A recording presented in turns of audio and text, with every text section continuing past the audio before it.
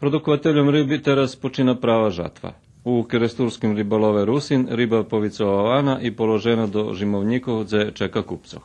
V žimovníkoch ostalo i to, da ne poviem, skoro šitka ryba, ali bar malo predane, predali sme da co, evo i Nješka, Nješka večak sihnje kamion za Bosnu, tu tovarime uglavnom 10 toni naraz, znači veliki šleper s bazenami, uglavnom riba kvalitetna i drunka.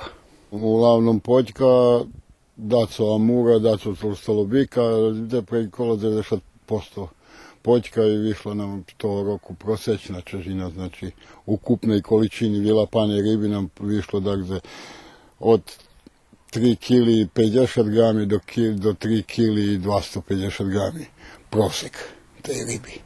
Було би то краще, якби і ціна була двітуюця, але вона ніжча, як в лоні. В лоні ціна на вельку була 300, а того року коло 280 динарів. За teraz to rybalowi jeszcze nie utraci, bo ma własną produkcję toniej pokarmi. Ale za tych, co kupują fabryczną pokarmu, to ta sezona nie będzie zwygodna.